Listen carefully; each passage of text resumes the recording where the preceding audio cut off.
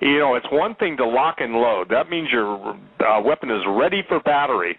You know, usually when you're walking in formation or whatever, you know, your selector, your thumb is on the selector, your finger's off the side of the trigger housing. But that's not where these guys are at, Greg. You need to explain. I don't think people understand what that means. Would you explain to them one more time? Because this is critical. This isn't what do they need to look for. Everything they need to look for is already here. That is correct, Steve. Look, if this were an honest court, there is more than enough evidence to convict the assailant here on evidence that a crime has been committed. And we are absolutely drowning in evidence on a daily basis on statements, on plans, on agendas, on leaked troop movements, on all the rest of it. I would just ask through the back door here, and that's how we investigated crimes. If we couldn't figure it out going in the front door, we went through the back door and tried to figure out what made it happen. What do you think is happening, folks? What do you think is bringing all this about? Why do you think that training has been amped up and ramped up beyond any other record levels? Why do you think that we have what's going on in this country, the statements that are being made by government, the actions that have been taken already by government, the people that are being arrested simply for speech, others who are ignored for speech, and the perverts, the people that live on the soul and the needs of other people who are running this nation? What do you think we have become? It is right here. We can't get any closer to it without being locked in a box with it. And so if you just simply are in denial because that's your comfort zone and you can't deal with it any other way, well then God help you, and I hope that somehow you survive. I hope somebody in your life takes mercy on you and hides you in the basement so you can make it to another day. But if you don't pick up this mantle that's been handed to us, patriots and constitutionalists, if you want to call yourselves that, but certainly Christians first and foremost. I see a lot of patriots and constitutionalists doing a lot of talking, but I don't see them doing anything to help the situation, Steve. That's why we're going downhill. But the fact is that what you must do right now is take the advice of Doug and Joe and Steve Quayle and do what they have admonished you to do for generations here and get it done before there's no time left at all. All right. I got a question for you guys from one of our listeners, and they wanted to know, you were talking about getting together, get like-minded people getting together, and they were wondering how would we go about doing this at a local level where we could get people together? Do you suggest? Now, look, Joe. Look. I hate to interrupt you, but this is what I'm talking about. If we and I don't mean to offend these folks because I know they're listening and they want good answers, and so I'm going to give you one. But I have to tell you, if you're that far behind the eight ball that you have to ask that question because you obviously haven't been thinking about it or you haven't been planning for it, then let me try and walk you through this. You need to identify within your social group those people that have been talking about how bad things are and what they've heard and that they're concerned and that they really don't know if they've got what they need. That's a common starting point, what they have to need to get through life and do it at a time of crisis. Then you need to try, and if you are going to a Bible-believing church and a preaching church where we know that the truth is getting out, then you can network fairly easily with people within that group, but be careful, be selective. Talk to your family, but be careful because those folks, just like I have in my own family, I have relatives very close to me that would rather be out on the golf course than they would be sitting down to a course of instruction of how to survive what is coming our way. What do I say anymore to those people that I love dearly, and that I've found myself going, what more can I say? You must identify that group by those that are around you and that you know the best, because even the best ones you know can fail, will sell you out because they're scared, or they've been promised something because they know that you're a leader. So please try and identify those folks.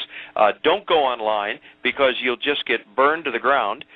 Don't be threatening. Don't be making stupid statements that people are going to take you to court over, or they'll arrest you and you disappear because they think you're a true threat, just like Ted Nugent and other people I know Ted Nugent. He's not a bad guy, but he made a statement. Look, be very careful and plan it.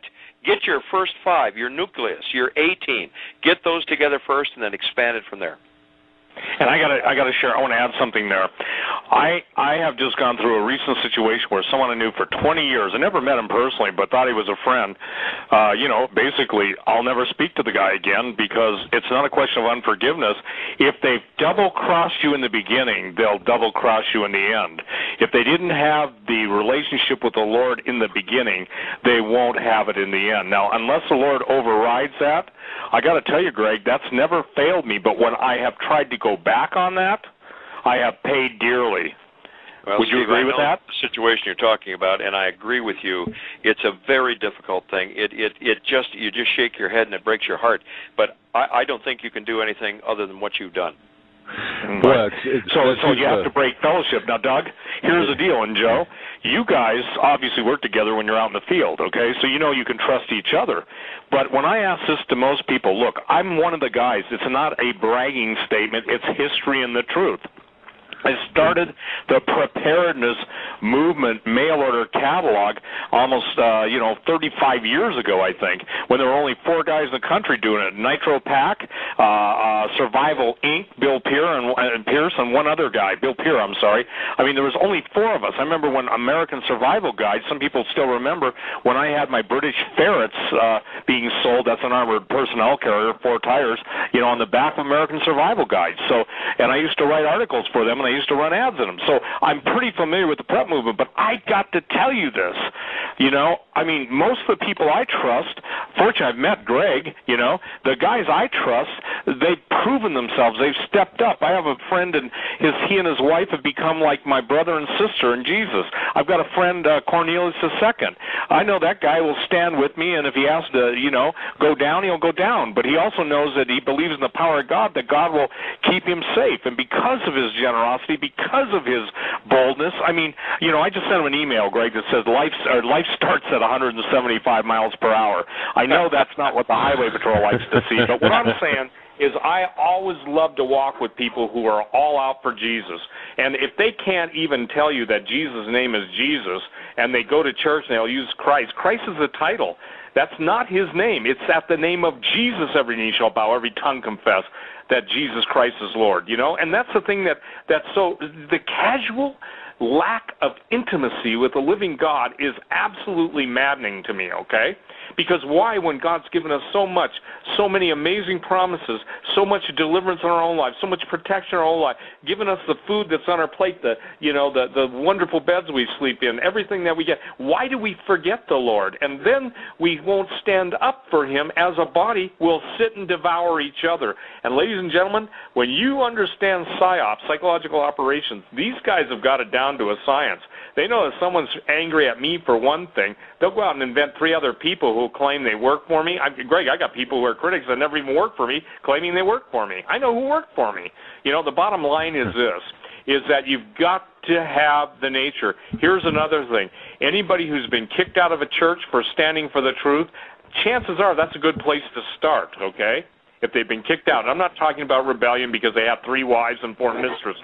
I'm talking about legitimate trying to stand for the truth. The number one cry in the people of God's heart around the world is, Lord, who can I stand with? And ultimately, at the end of the day, you guys, I'll tell you what, his name is Jesus, and if you'll pray and ask the Lord, the Lord gave me this. It's his word from heaven. It's as true as now as it would be through all eternity. If you will look to me, Jesus speaking, I will give you better friends than you choose for yourself. If you try and choose your friends after what you think sounds good or looks good, I've been down that road. I've been betrayed so many times that you'd think I'd quit beating my head on the same brick wall. Finally got smart and said, Lord, I will not allow anyone access into my life until you bring them, until you tell me it's okay. Because, Greg, these are, this is the basis of all teamwork, whether it's an A team or whatever team you're putting together. There has to be trust, and you have to know that that person next to you is willing to go the line for you. And that's what I'm saying to American law enforcement tonight. Gentlemen, the man that told me about the red list, the blue list, and the green list gave his life. He was the head of the Environmental Protection Agency for the entire western United States a number of years ago.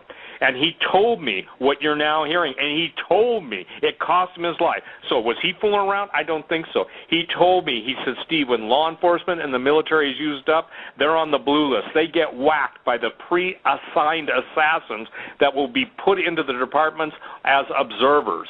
And thank God there are men who will not allow, any observers. And two of them are two officers, Greg, that you love. They're two really good friends of mine, and they just said no. And because they said no, they're now locked out of the loop. And I think that's what people need to understand. With a new selective communication system, if A, B, and C are bad cops and D is a good cop, A, B, and C will basically be given information. D will be locked out. D will call for backup, and A, B, and C will be given the word to take out D. Well, that's absolutely right, Steve. I can absolutely confirm that. It's amazing you would say it in that order, because I have someone very close to me in law enforcement. I'm not going to give the city, obviously. I can't do that. No, don't. But it's in the Midwest, and this officer wrote to me a month or two ago and said, please tell me what to do here. I'm so confused. I don't get it. I'm on the SWAT team. I've done all the rest of this, and I'm being locked out. I'm being forced out because I won't tell them my allegiance to a certain group or to a certain fraternal organization that I refuse to join. I mean, it came down to those kinds of details.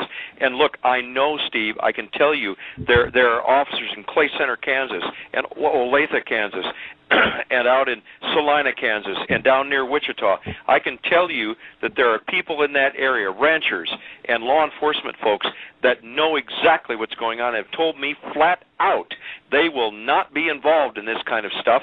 They will not turn in their neighbors. They will not go round up these people, but they're so far in the minority, I mean. And so as a result of that, we're still back at square one. How do we resist? I hope it never comes to that. I hope that we don't have to, but I'm telling you, I'm standing right here facing it, saying it's going to occur. All right, we're kind of in the lightning round. We've got about 16 minutes left of the show. Lightning round here. Greg, Oath Keepers, good, solid organization, or infiltrated. What's your thoughts on that? No, I think they're as solid as they can be. That's not to say there aren't a few in there. Of course, there most likely are. But I think the heart and soul of that organization and its founder are good folks. Election, Steve, and either one of you, the election of 2012. Is this going to happen? And if it does, I mean, well, let's just start there. Do you feel that we're going to have an election this year? I would say, personally, I don't believe so, and I don't think so because as Obama loses his strength and support, and by the way, they've outed 10 chief naval officers in the last several months, that there's a purge going on. I think that they will use the Middle East crisis to suspend the election if he feels he's going to lose. Okay. Look, Doug, I have to say this. That issue down in Colombia with the Secret Service, that was also a purge. Well, okay, that was my next issue. I've got information about that, conflicting stories, but one story in particular rings rather true, that there were fists flying down there, and there was an attempt by Obama to replace the people who were allied for, or who were working for the office with people who were actually working for Obama. Does that sound true to you? Look, I've talked to federal agents about this. There is no doubt in my mind that this was a purge, both of the military unit that goes to war on behalf of the president and the Secret Service detail itself. These guys were sitting around going, there's things here I don't agree with, blah, blah, blah. Somebody ratted them out, and they're gone. That's all it was, because they're hearing the stuff that they can't afford to have out. Okay, one more thing, and this, I've not disclosed this to anyone. You're hearing this for the first time. I'm going to disclose it to Steve and to Greg and to everyone listening here. One thing I held back from my source, I have not said this before. My source has said that there is the very real possibility that at least one Supreme Court justice should not enter into small planes and should watch, what he does. Have you heard anything about this? Well, yeah, there's a purge going on, you know, and I just want to say there's a purge. That means that there are agents and there are military and there are politicians who are being systematically executed. The most in-your-face execution was Andrew Breitbart. Then, Doug, you and I worked the case years ago on, what's his name, O.C. Smith.